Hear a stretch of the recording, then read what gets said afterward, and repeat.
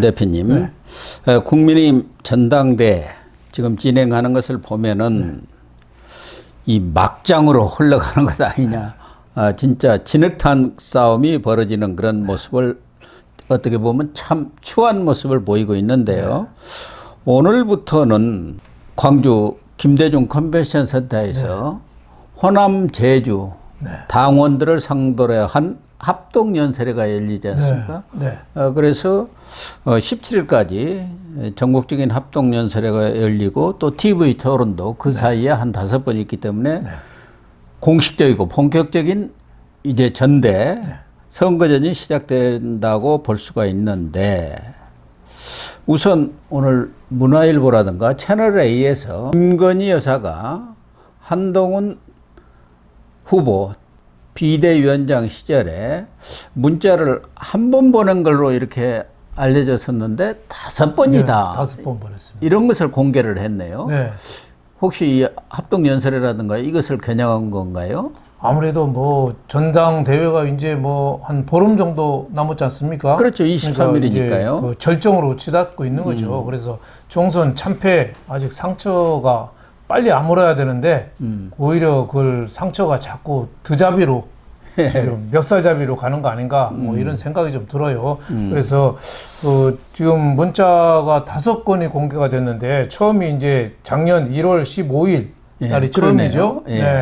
그때 이제 김건희 여사가 명품 가방 수수 논란으로 정치권이 한참 시끄러울 때 그때 이제 제가 부족하고 끝없이 모자란 탓이다. 무조건 시키는 대로 하겠다. 뭐 이렇게 했다고 그래요. 그 같은 달 또 19일에 두 번째 또 보내는 데는 이제 비대위 차원에서 사과 결정해주면 그 뜻을 따르겠다. 뭐 이런 식으로 했죠. 두 번째에도 이제 답이 없었고, 그 다음에 21일 날, 두 번째 한 다음에 21일 날 답이 없은 가운데 김관섭 그때 대통령실 비서실장이 한동훈 비대위원장 만나서 사퇴 요구를 했죠.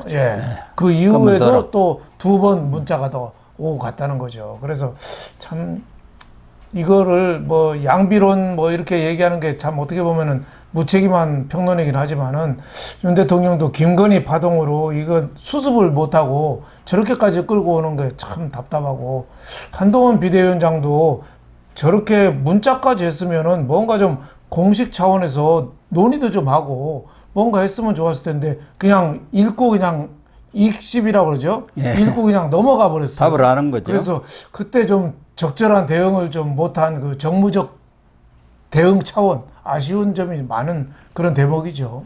그런데 김건희 여사가 당시에 5번이나 이렇게 문자를 보냈다고 하는데 그것이 아마 윤석열 대통령과 논의를 통해서 보냈는지 어쩐지는 모르겠습니다만은 사과를 하는데 가장 중요한 것은 본인의 결정이고 윤석열 대통령 또 대통령실의 결정이지 한동훈 당시 비대위원장 지금 뭐 정치도 초짜인데다가 임명되지도 얼마 안 된 사람한테 그걸 꼭 왜 보내야 합니까? 본인이 대통령실에서 결정해서 이건 사과를 할 필요가 있다든지 그런 것을 결정을 먼저 한 뒤에 당과의 어떤 협의를 한다면 모르지만 사적으로 보내가지고 이거 결정해 주세요. 이게 옳은 그런 절차인가요? 그런 점이 좀 아쉽긴 했죠. 뭐 한동훈 비대위원장이 답이 없어서 사과를 못했다. 그때 좀 했으면 좀 그때 어떻게 보면 분수령이 좀 될 수 있었거든요. 김건희 여사 문제가 계속 이종섭 그 국방부 장관 호주 대사 문제, 황상무 저 회칼 발언, 뭐 양파 뭐 이런 쪽으로 계속 확대 재생산이 됐거든요. 그래서 그때 그 꼬리를 좀 자를 수 있었으면 좋았을 텐데 그거를 좀 결정 못했다. 그 이유는 뭐 저는 그 윤 대통령하고 한동훈 비대위원장하고 그때까지만 해도 검찰에서 끈끈하게 형님 동생 하는 사이 아니었어요. 그러니까요. 그리고 김건희 여사한테도 과거에 뭐 카톡이 뭐 300여 회가 왔다 갔다 할 정도로 좀 정서적으로 많이 의존을 했던 것 같아요.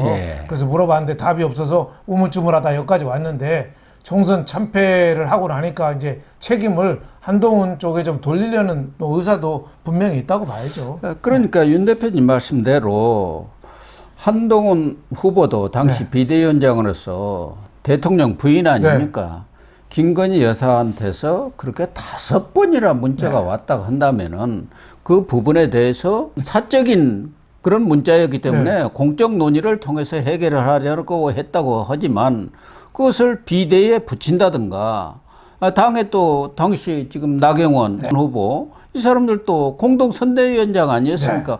이런 문자가 왔는데 당신들은 정치도 오래 한 사람들이니까 이것을 어떻게 하는 게 좋겠습니까? 하고 공적인 논의로 붙였으면 되는데 그걸 그렇죠. 안 한 것은 정말 아쉬운 것이죠. 그렇죠. 또 정무적 판단이 좀 미흡했구나. 그렇죠. 그건 충분히 지적할 수 있는 것 그렇죠. 같아요. 지금 뭐 전당대회를 한 보름 앞두고 한동훈 비대위원장 후보가 지금 1위로 질주하고 있는데 이분에 대해서 충분한 검증 과정을 거치는 게 지금 순리 아니겠어요? 그런 의미에서 조금 더 적극적으로 좀 한동훈 비대위원장이 당시에 그 참모들이나 그 선거대책위원장 이런 분들 중진 의원들하고 좀 상의를 했으면 하는데 그걸 읽고 그냥 넘어가 버렸어요. 답변도 안 하고.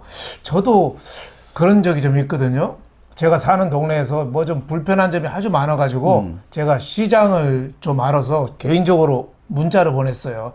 아무 답이 없더라고요. 그거 되게 기분 나쁘던데요. 그래서 되게 기분 이번에도 나쁘던데요. 윤석열 대통령이 그 얘기를 듣고 경로를 했다는 거 아닙니까? 그래서 이관섭 보내가지고 이거 완전 우리를 무시한 거다. 당신 그만둬. 그랬다는 거 아닙니까? 그러니까 그동안에 윤 대통령이 왜 그만두라고 했는지 좀 이해가 안 갔는데 그 일말의 의문이 조금 풀리는 대목이죠. 예. 이것도 물론 뭐 그만두라고 한 거는 조금 오버한 측면이 있지만 자기 아내를 무시당했다는 그 자기를 무시했다고 생각한 거 아니겠어요? 그러니까 그렇다 한들 예. 비대위원장을 임명한 지가 며칠이나 됐으면 그 아주 민감한 시점에 말이 안 되는 뭐 소리였죠. 총선 참패까지 했는데 뭐 이 사안은 이제 CBS 김기환 논설실장이 7월 4일 날 지난주 목요일 날 CBS 방송 나와서 또 얘기를 했어요.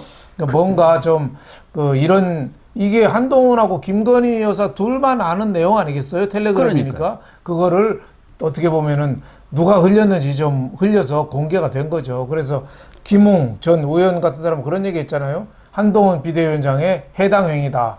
예? 총선 책임을 실패 책임을 윤석열 대통령 부부에게 넘기려는 그런 하고 당을 국민의힘 당 오너십을 차지하기 위한 술책이다. 뭐 이렇게 비난을 했죠.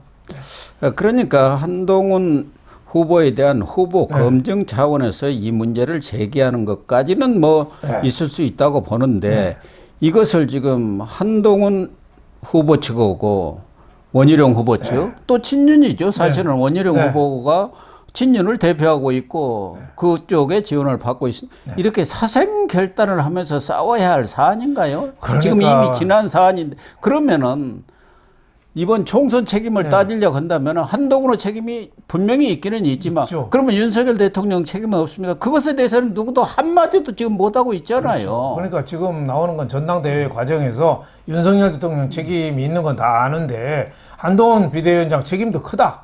이걸 좀 알리고 싶은 거죠. 그래서 이 유권자들, 당원들 80% 아니겠어요? 그러니까 이 윤한 갈등이 없는 걸로 알고 있는데 많은 지지자들은 의외로 크다. 그러니까 앞으로 한동훈 비대위원장이 당 대표가 되면은 당과 대통령실은 따로 갈 거니까 유권자들이 알아서 판단해 주십시오. 어떻게 보면은 국민들에 대한 협박이고 공갈이라고 봐야죠. 어떻게 보면 참 안타까운 대목인데 참 그 걱정이 많이 됩니다. 그러니까 결국은 지금 판세로 보면은 한동훈 후보의 압도적 우세는 아니라 할지라도 어쨌든 한동훈 후보가 앞서가는 것만은 분명하기 때문에 그 열세를 뒤집기 위해서 판을 뒤집기 위해서 지금 이 김건희 문자 이 파동을 일으킨 거 아닙니까? 그러나 대통령까지 이 전대에 끌어들여 가지고 이렇게 진흙탕 싸움을 벌이는 게 맞느냐는 게 하나가 있을 수 있고 말씀하신 대로 누가 흘렸느냐? 한동훈 측에서 흘릴 일은 없지 않습니까? 그러면은 김건희 여사 쪽에서 흘렸다고 볼 수가 있는데 김건희 여사 쪽은 그건 자기는 모르겠다. 그런 적 없다 지금 하고 있는데 이 한동훈 후보 측에서는 그 문자를 지금 의원들한테 돌리면서 이렇게 있었는데 한동훈이가 이걸 무시해가지고 총선 패배를 가져왔다. 이걸 하는 사람이 이철규 전 사무총장. 네. 이철규 하면은 대표적인 친윤이고 그렇죠. 찐윤 인사입니까? 네. 그걸 지금 지목하고 있잖아요. 네. 특히 심지어 한동훈 후보 측 네. 상황실장은 이철규가 이렇게 흘려가지고 이 난장판을 만들고 있다. 지금 이런 얘기를 하고 있는 것 같아요. 네, 증거는 없지만은 뭐 친윤 쪽에서 뭐 어느 정도 보이지 않는 손에 개입했다. 뭐 이렇게 네. 봐야겠죠. 뭐 총선 끝나고 TV조선에서도 이런 보도가 조금 된 적은 있었어요. 네. TV조선이 네. 보도를 네. 했고 저도 네. 그때 네. 기억이 나요. 네, 그때 네. 했는데 그때는 이만큼 확산이 안 됐죠. 아니 그리고 네. 그 당시는 사과하면 안 된다는 게 전반적인 분위기 아니었습니까? 그래서 지금 얘기하는 원희룡이든 나경원이든 아무도 사과를 해야 한다는 문제 제기를 한 적이 그 당시에 아무도 없었어요. 더군다나 친윤 측에서는 무슨 사과냐. 이것은 완전히 네. 정치 공작이고 몰카 네. 공작이다 이렇게 지금 몰아붙였던 그런 분위기 속에서 아무도 얘기하지 못했는데 그때 이제 문제를 제기하고 나선 게 이른바 친한이라고 하는 네. 김경률 비대위원이 그렇죠. 이 문제를 해결해야 한다 해갖고 그게 좀 오버한 부분이 있었지 않습니까? 그렇죠. 마리 1월 17일 때. 안투아네트랑 비교해가지고 이번에 문자에도 그게 나왔더라고요. 네. 김건희 여사가 나 그 충격받았다. 뭐 이런 얘기 하던데. 그러면서 한동훈 당시 비대위원장도 국민의 눈높이라는 부분을 얘기를 했고 몰카인 것은 분명하지만 국민이 걱정할 부분이 있다. 네. 이렇게 얘기를 하면서 직접적으로 사과 요구를 안 했지만 사과가 필요하다는 뜻을 피력을 해가지고 그게 사실은 더 윤한 갈등을 확산시킨 것 아닙니까? 그렇죠. 네. 그래서 아까 고 박사님도 말씀하셨지만 그건 윤석열 대통령 부부가 주도적으로 판단해서 대통령실에서 결정해서 사과하면 될 거를 왜 한동훈 비대위원장 쪽으로 자꾸 이 책임을 전가하는 의미를 보이느냐. 이게 참 안타까운 대목이고 또 한동훈 비대위원장도 그거 문자를 5번이나 받았으면은 뭔가 제스처를 취해야 되는데 그러니까요. 어떻게 깔아뭉갰냔 말이죠. 그래서 이번에 참 전당대회 앞두고 이런 거 보면 답답해 죽겠어요. 한동훈 지금 후보 측도 김건희 여사가 사과를 하면 안 된다는 이유가 많았다. 예. 그럼에도 불구하고 뭐 사과 뒤에 있다고 하는데 그거는 한동훈 후보 측이 말을 만든 거예요. 핑계 대는 거예요. 메시지는 저도 봤지만 분명한 사과의 방점이 있습니다. 네. 이제 사과해도 과거에도 사과했는데 뭐 지지율이 좀 오히려 떨어졌다 하는데 그거는 이제 앞에 서두에 있는 거고 사과를 하겠다는 뜻은 분명해요. 그러면 한동훈 후보가 당시에 비대위원장이 적극적으로 좀 수용해서 손을 잡고 해결을 해나갔어야 되는데 그냥 깔아뭉갰다. 그러니까 참 윤 대통령도 답답하고 한동훈 후보도 참 답답한 사람이라는 생각이 이렇게 들어요. 중요한 사안이고 네. 그 당시 아주 네. 전국의 최대 쟁점인데 어떻게 윤석열 대통령은 당시 전혀 모르는 상태에서 김건희 여사만 한동훈 위원장한테 5번이나 문자를 보내느냐 이게 말이 되는 소리입니까? 그렇죠. 말이 안 되죠. 그러니까 시청자 여러분은 참 대통령도 아니고 한동훈도 아니고 지금 양쪽을 비판한다고 좀 짜증내시는 분이 있을 텐데 이건 누구 편을 들 수가 없어요. 편을 들자는 얘기 아니지 않습니까? 그래서 이 사실관계를 좀 분명히 좀 알아야 되겠고 전당대회 투표를 하는 데 있어서 지금 당 대표가 굉장히 중요한 것 중에 하나가 대통령실과의 협력으로 국정을 원활하게 수행하는 거. 또 하나는 정권 재창출 2개가 있거든요. 네. 그래서 한동훈 후보가 지금 1위긴 하지만은 윤한 갈등이 지금 본격화됐기 때문에 이거를 어떻게 유권자 여러분들이 판단할 건지 이게 중요한 관건이 될 것 같습니다. 그런데 또 하나는 이미 그렇게 지나간 문제인데 그게 또 논란이 됐다고 한다고 하면은 뭐 서로 토론을 통해서 논쟁을 하는 것까지는 좋은데 구태를 지금 다시 들고 나온 것 아닙니까? 그렇죠. 한나는 윤리 제소를 하겠다. 그래갖고 징계를 취해가지고 한동훈 위원장의 후보 자격을 박탈하겠다는 게 하나 아닙니까? 그렇죠. 그게 전에 이준석한테 했던 그렇죠. 수법 아닙니까? 네. 친윤이. 두 번째는 이제 연판장을 돌리려다가 연판장 사태를 일으키려다 무산된 거. 이건 또 어떻게 봐야 합니까? 그건 말이 안 되는 거죠. 과거에 지난 전당대회에서 나경원 의원 우리 계속 출마를 버티니까 초선 의원들이 연판장 돌려서 48명이 그렇죠. 연판장. 그래서 나경원 의원이 그 좌절한 적이 있거든요. 이준석은 윤리 제소했는데 이준석은 뭐 윤리 제소해도 싸요.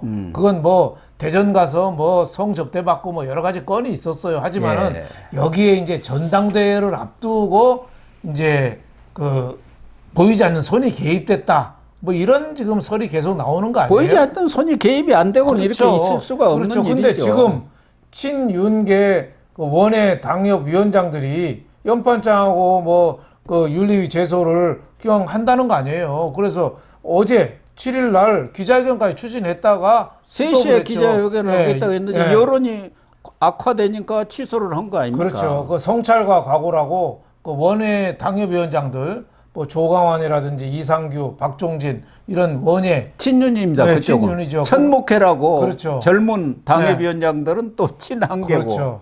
이분들이 이제 기자회견 추진하다가 이제 포기를 했는데 지금도 이런 모습이 정말 국민들이 볼 고태 때는 아닙니까? 지금 국민의힘이 너무 절체절명의 이 순간이에요. 총선이 패배한 지가 3개월 됐거든요. 예. 그러면은 지금 벌써 당대표 새로 뽑고 미래를 향해서 전진하고 이재명 저 엉터리 집단들 민주당 예. 엉터리 탄핵 추진하는 거 이거를 정면 대결해서 승부를 봐야 되는데 지금 내전을 하고 있어 내홍. 예, 그렇습니다. 지금 싸울 때입니까? 그리고 그 사소한 거 김건희 문제, 핸드백 문제 하나 갖고 여기까지 왔냔 말이죠. 예. 이것도 정말 박근혜 전 대통령 탄핵당할 때도 그때도 배신이라는 말이 난무했잖아요. 네. 지금도 배신이라는 말이 난무해요. 그럼 결국 가는 게 어디예요? 배신하다가 박근혜 전 대통령 탄핵까지 간 거 아니겠어요? 그런 의미에서 지금 국민의힘의 움직임이 너무 심상치 않다. 필리버스터 하면서 국회의원들, 국민의힘 의원들 자고 있잖아요. 예. 조는 게 아니라 아예 자요. 진짜 이불 깔아주고 싶더라고요. 그것도 초선 비례대표 의원들. 자고 있어요, 그냥. 아무 생각 뜻이 없는 거. 지난 국회만 해도 윤희숙 의원. 예. 오래 했잖아요. 열몇 시간 했죠. 그리고 내용이 짱짱했어요. 좋았죠. 네. 그래서 신금을 울렸어요. 그런 의원들이 하나도 안 그러니까 봐요. 지금은 떠드는 놈 떠들고 44명이라는데 초선 의원이. 그 뒤에 그 지금 국회 부의장 있잖아요. 주성도 주 뭐죠? 주호영. 주호영 뒤에서 자고 있잖아요. 아, 참 국민의힘 큰일 났다는 생각이 들어요. 정말 한 길로 좀 가야지 우리 시청자 여러분도 좀 박수치고 신이 날 텐데 너무 자중질환으로 가서 안타깝습니다. 그러니까 이 연판장 네. 문제도 한동훈 위원장은 그 여론 나쁘다고 취소지 말고 계속 하세요. 꼭 기자회견 하라. 할 테면 하라. 이렇게 나온 것 아닙니까? 그렇죠. 지금 이렇게 연판장 사태가 무산이 된 것도 여론도 악화가 됐지만 지난해 3월에 전대 때 나경원과 현재의 한동훈 간의 위상 차이가 있고 그렇죠. 윤석열 대통령의 영향력 차이가 있는 겁니다. 그때는 친윤이 엄청나게 막강한 영향력을 그렇죠. 갖고 있었고 윤석열 대통령도 막강했죠. 당 장악력을 뭐 다 갖고 있었는데 지금은 지지율이 뚝 떨어지면서 그렇죠. 영향력이 없어져 버린 거예요. 그렇죠. 그러다 보니까 역풍이 부니까 가랑져 버린 것 아닙니까? 그렇죠. 그러니까 뭐 연판장이 나올 수가 없는 거고 그런 연판장 발상을 왜 했는지 그러니까요. 한심한 정치인들이 많아요. 저런 연판장 얘기한 저 정치인들 저 속간에서 빨리 저기 버려야 됩니다. 쓰레기통에. 그 배후에도 지금 이철규 의원이 있다는 것 아니겠습니까? 지금 친한 쪽에서 주장하고 있는 것은 이 조광환이라든가 이런 사람들 다 뭐 인재 영입이라고 끌어들이는 사람이 이철규 아닙니까? 그러니까 들쑤셨겠죠. 뭐 뒤쪽에서 그렇게 추측할 수가 충분히 있는 것 아닙니까? 그렇죠. 합리적인 추측이죠. 나경원 후보라든가 윤상현 후보도 지금 사실은 두 분도 다 양비론을 펴고 있어요.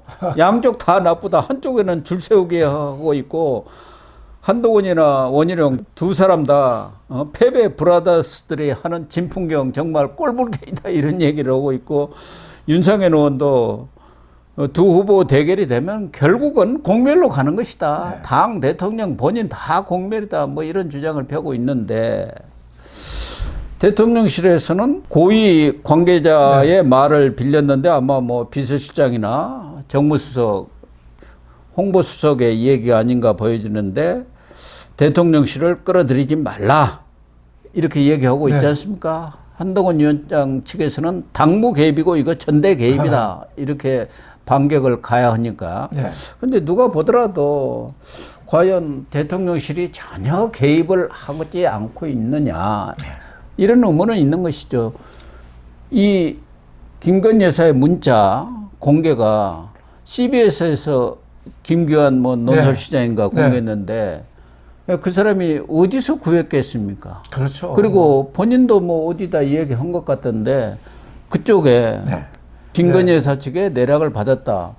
윤석열 대통령이나 김건희 여사 측에 어떤 작용이 없이 이런 것들이 이렇게 막 흘러나올 수가 있나요? 총선 이후에 뭐 문자 얘기는 좀 소문이 있었습니다만은 CBS 논설실장이 얘기한 거는 지금 뭐 대통령실에서 직접 개입했다는 증거는 없어요. 없죠. 뭐 보이지 않는 손이긴 하지만은 미필적 고의라는 말 있잖아요. 뭐 나가도 뭐 어떡하겠냐 뭐 이런 식으로 자의반 타의반 뭐 보이지 않는 손이 어느 정도 뭐 개입이 됐을 개연성이 있는 거죠. 뭐 그래서 지금 국민들로 하여금 유권자로 하여금 전당대회 보름 앞뒀는데 지금 그 윤 대통령 지지율 조사한 거 있잖아요. 그 중에 60%가 한동훈 지지를 해요. 그러니까 TK나 PK 지역에서 한동훈 지지율이 높거든요.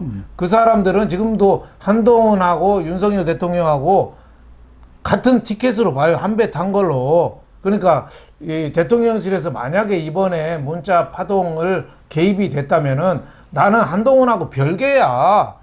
유권자들 좀 잘 좀 판단해 주세요. 그런 뭐 메시지가 있다 저는 보고 있습니다.